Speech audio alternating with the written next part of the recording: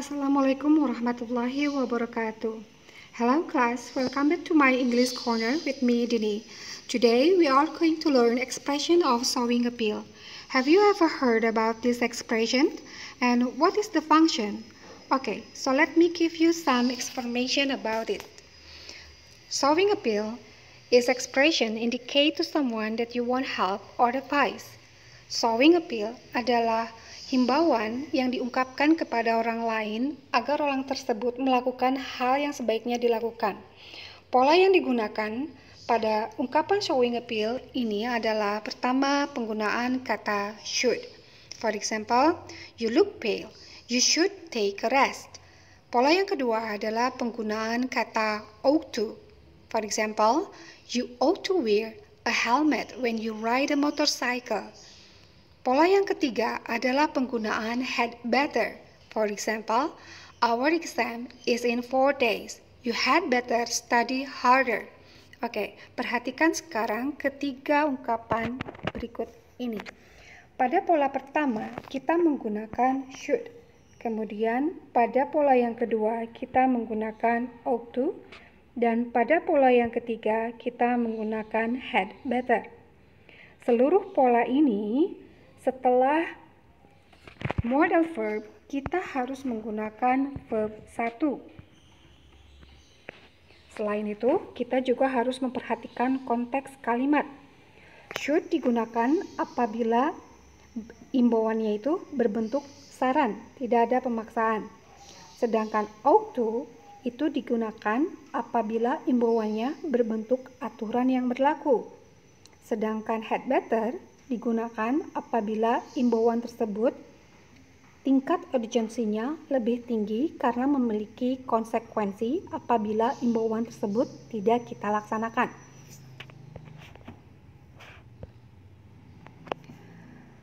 Showing appeal juga menggunakan pola kalimat let's, kemudian diikuti dengan verb want. For example, let's prepare for the exam. Pola kalimat ini digunakan untuk kalimat imperatif atau kalimat perintah. Kemudian pola yang berikutnya adalah penggunaan shall, kemudian subject, kemudian verb one. For example, it is getting warmer. Shall I open a window? Nah, penggunaan shall di sini digunakan pada kalimat tanya. Pola yang ketiga, penggunaan why don't. For example, why don't you do the school project together? Penggunaan why don't juga ditempatkan pada kalimat tanya. Nah, sekarang apa sih perbedaan penggunaan shall dengan why don't pada kalimat tanya? Kita menggunakan shall apabila subjek yang digunakan adalah I. Sedangkan apabila subjeknya we atau you, kita menggunakan why don't. Kesimpulannya adalah kata should, ought to, had better, shall, let's, why don't you itu diikuti oleh kata kerja pertama. Selanjutnya adalah penegasan kembali mengenai penggunaan should, ought to, dan had better. Penggunaan should itu digunakan apabila imbauan menyampaikan permintaan agar orang-orang mau melakukan yang kita sarankan. Nah, ini bentuknya saran ya. Kemudian ought to itu adalah himbauan yang melakukan sesuatu dikarenakan aturan yang berlaku. Sedangkan had better itu adalah himbauan yang tingkat urgensinya tinggi. Bila tidak dilakukan, maka ada konsekuensi. Here's some example of the sentence using expressions of showing appeal. So you have to choose one of the best answer for it. Number 1, the train is leaving. You blah blah run. Kereta segera berangkat. Kamu harus berlari. Nah, di sini ada satu konsekuensi kalau kita terlambat. Maka kita menggunakan had better. Number 2, you should blah blah blah admit if you make a mistake. Kamu harus minta maaf jika kamu melakukan kesalahan. Ya, di sini sepertinya aturan sosial. Kalau kita melakukan kesalahan, maka kita harus meminta maaf. Maka kita memilih ought to. Number 3, you blah blah blah call your mother more often. Kamu sebaiknya menelepon ibumu lebih sering. Ini lebih cenderung kepada saran. Maka kita memilih should. Number 4, blah blah blah I pick you up from school. Oke, di sini jelas sekali kalimatannya, maka pilihannya ada 2, kita menggunakan shall atau why don't. Karena kita menggunakan subjek I, maka yang digunakan adalah shall. Number 5, students blah blah blah sleep during the class. Siswa seharusnya tidak tidur selama pembelajaran. Ini adalah kalimat negatif, maka penggunaannya kita menggunakan not. Had better not, shouldn't, ought to not. Oke, karena ini merupakan sebuah pernyataan ungkapan yang dimana ada konsekuensi apabila imbauannya itu tidak kita lakukan, maka kita menggunakan had better not. Ya, number 6, let's go shopping. Di sini ada kalimat imperatif. Kalimat imperatif hanya satu modal verb yang digunakan, yaitu let's.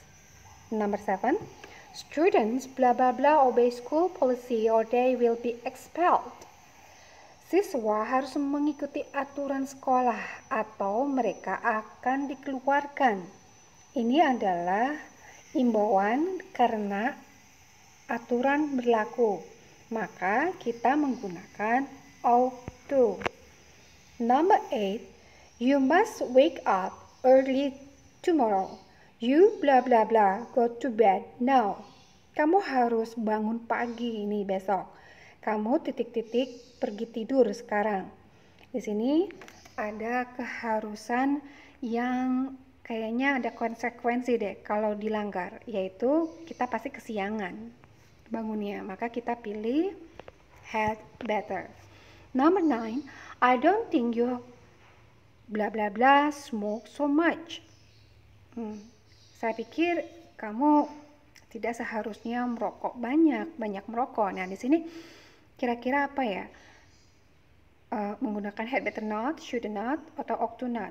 Ya, I don't think you smoke so much. Ini pasti kalau kita langgar ada konsekuensi. Konsekuensinya bisa kita sakit, ya, juga mengganggu kesehatan. Maka kita menggunakan had better not. Number 10, you blah blah blah cut your hair. You look more beautiful with your long hair. Kamu titik-titik memotong rambutmu. Kamu kelihatan cantik dengan rambut panjangmu.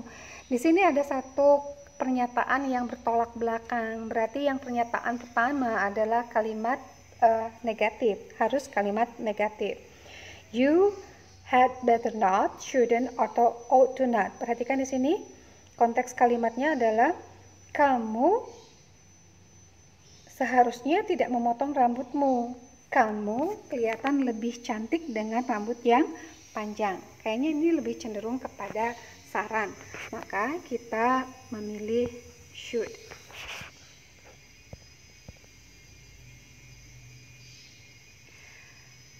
Jadi kesimpulannya adalah perbedaan antara giving advice dan showing appeal adalah kalau giving advice itu lebih cenderung kepada imbauan yang tidak ada penekanan, sedangkan showing appeal itu adalah saran atau himbauan yang lebih mendesak sifatnya. After you are learning expression of showing appeal, there is an assignment you have to do.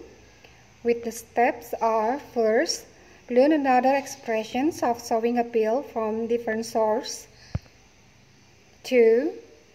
You have to make 3 expressions of sewing appeal. 3. Practice how to pronounce the expressions. 4. After you are ready, record your voice and send it via Google Classroom. And the last one is you have to do some exercise in ruang guru. Jadi tugasnya adalah, pertama, kamu cari ungkapan expression sewing di sumber yang lain. Kemudian buatlah 3 ungkapan untuk sewing appeal.